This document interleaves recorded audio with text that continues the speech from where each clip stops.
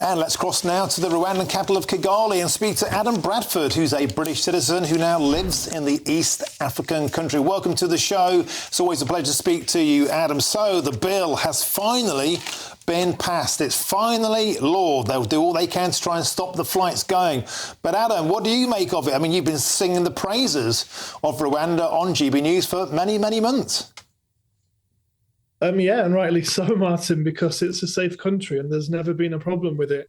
I think actually we are the country of blaming everybody else.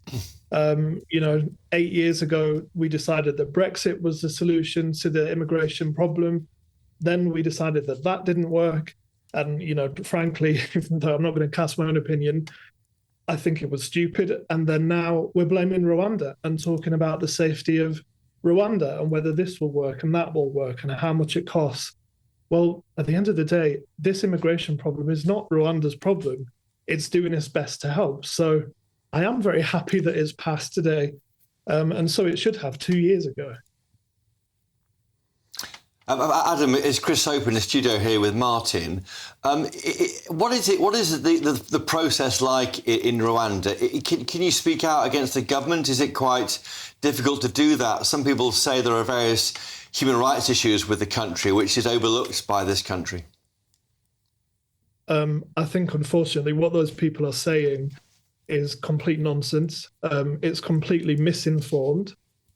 Yes, they're right to point out that 30 years ago, there was a genocide here, but the country has rebuilt itself. The governance is strong, and it's perhaps, to some people's view, more strict because people are very polite and don't put their head above the parapet here because they trust the government to do the right thing by them.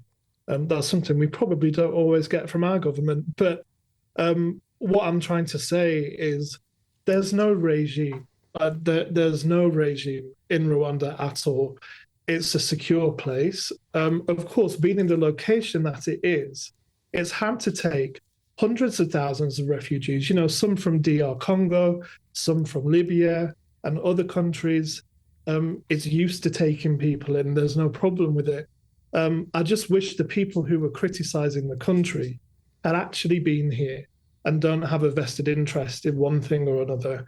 That's what's annoyed me the whole time in this debate. It's never come from a place of real facts. Yeah, Adam Bradford, thank you very much for joining us live from Kigali.